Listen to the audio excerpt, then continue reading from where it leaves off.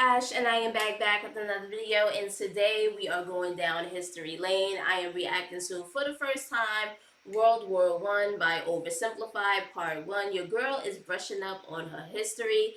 I do remember that World War I was started because Franz was assassinated. The reason why he was assassinated, I really don't remember, but that's okay because your girl about to brush up on her history. If you haven't subscribed already, what are you waiting for? Hit the red button so you can be a part of the family.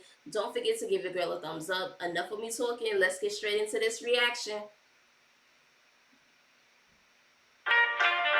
The world of 1914, a time of modern technology, culture, and fashion.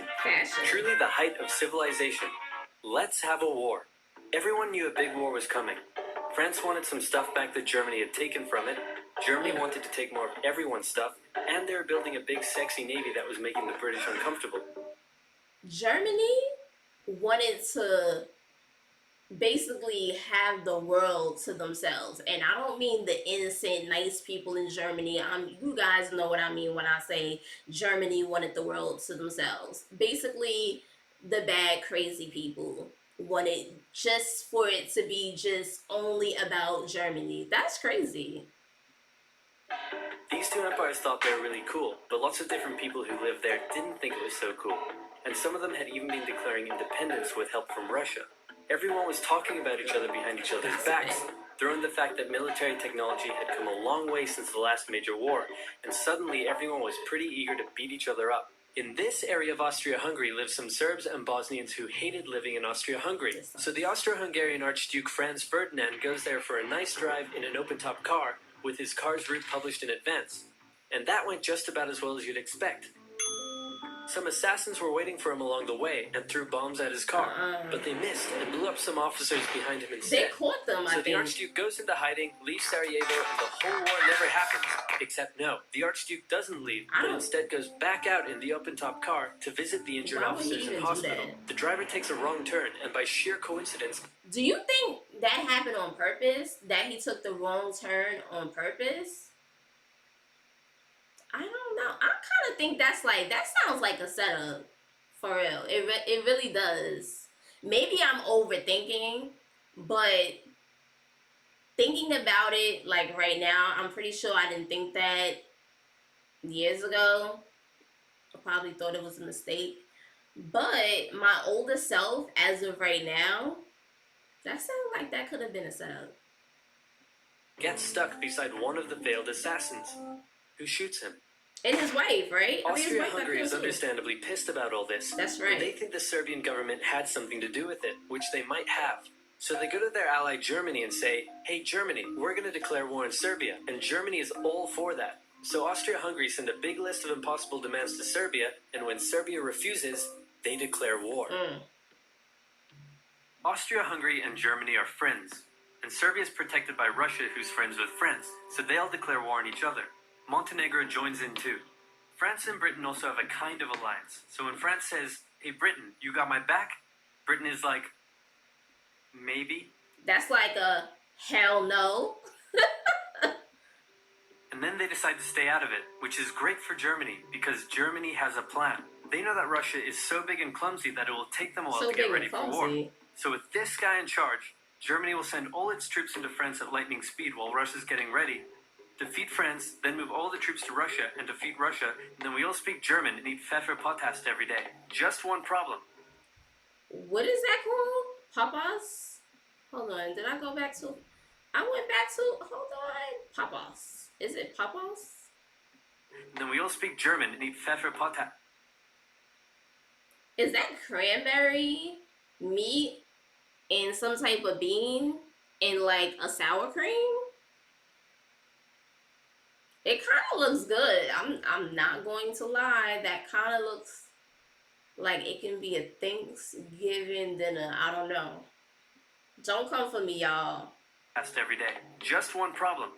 France has loads of forts and defenses along its German border, and Germany can't waste any time fighting them. So Germany decides to go around them through Belgium. They say we going around. Belgium is neutral, but Germany wants to march 750,000 troops through it to get around France's defenses. They're hoping Belgium will just kind of sit down and shut up, but they don't. They fight back, and they're pretty good too, so they slow the Germans down. What's worse is that Britain shows up, and they're pretty pissed that Germany's invading neutral countries. So now Britain declares war on Germany. So Germany push on through Belgium and commit some atrocities along the way. They also wear spikes and Yeah, sometimes Germany skulls was on the not trying uniform. to give up. So if you're trying to not look like the bad guys, good job. The Allies have a propaganda extravaganza, and this starts having an influence around the world, notably in America. The US President Woodrow Wilson sees himself as a bit of a Jesus figure and spends most of the war trying to get everyone to just hug it out. But Just hug it out. Yeah, right. Please. Not with not with Germany. there's also a large population of ethnic And Germans living Russia in the wasn't United having States. it. And when the war first broke out, they were like, yay, Germany. But now that they're committing atrocities in Belgium, they're less enthusiastic. Let's play Spot the French Soldier. Did you see him? Easy, right? He's wearing a bright blue uniform with red trousers. And do you know who else spotted him easily too? The Germans. So when the French were slowly marching in columns through the countryside, the Germans easily tore them to shreds with their giant guns. Oh, All the wow. nations involved in this war went in with an old school war Because mentality. it was easy to see. And all of them had to update their uniforms and tactics a lot during the Great War. No helmet. Because this war was going to be like nothing anyone had ever seen Oh, before. wow. Russia's ready for war, and way earlier than expected. Hey, Austria-Hungary, can you get on top of that? Oh yeah, sure, we've got this. Nope. So Germany has to send some troops back to the east to defend against the Russians. The chief of Russians staff of wasn't the Austro-Hungarian playing. army is this guy, and although he is handsome, Conrad he turns out not to be the best military strategist. Austria-Hungary constantly ignores Germany's He's advice kind of cute. and then comes running back to Germany whenever they get in trouble. Austria-Hungary even gets its ass kicked by tiny Serbia, who repels all their invasion attempts at the start of the war. It's better news for Germany in the north, though, where they almost completely wipe out the Russian Second Army. Back on the Western Front, the Germans continue advancing and are in sight of Paris. At this point, anyone would be forgiven for thinking the Germans were going to get that quick victory after all. But then things start to go wrong. The French commander-in-chief knew something had to be done, and he ordered his armies to stop retreating. In the resulting battle, a gap opened up in the German lines. If a gap opens up, the enemy can use it to flank you from the side and behind, so the German armies have to retreat. The Allies launch a counterattack, so the Germans dig into defensive positions. The Allies do the same. Then both sides move north, trying to outflank each other along the way. When they reach the sea, they're in a stalemate with trench systems running the whole way from the coast to Switzerland, the beginning of trench warfare on the Western Front. Here's how trench warfare works. Did they make a memorial out of the trenches? Comment down below and let me know, because I think that they did. Two opposing lines of trenches with no man's land in between.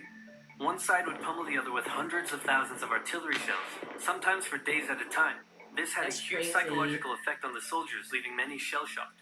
Then, the attacking troops would leave their trenches and rush across no man's land.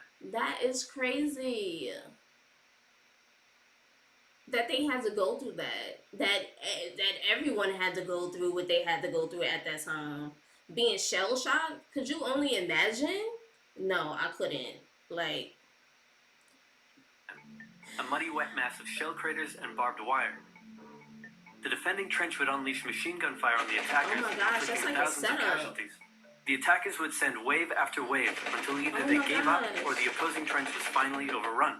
There would be months of fighting and the deaths of thousands in order to gain a few meters or kilometers of land. That's crazy. Living in the trenches was hard work too. Corpses, mud that could swallow you whole, pools of poisonous water, rats, disease, the smell. It's insane that millions of soldiers put up with these Definitely is conditions, and insane. commanders ordered them to do so for years.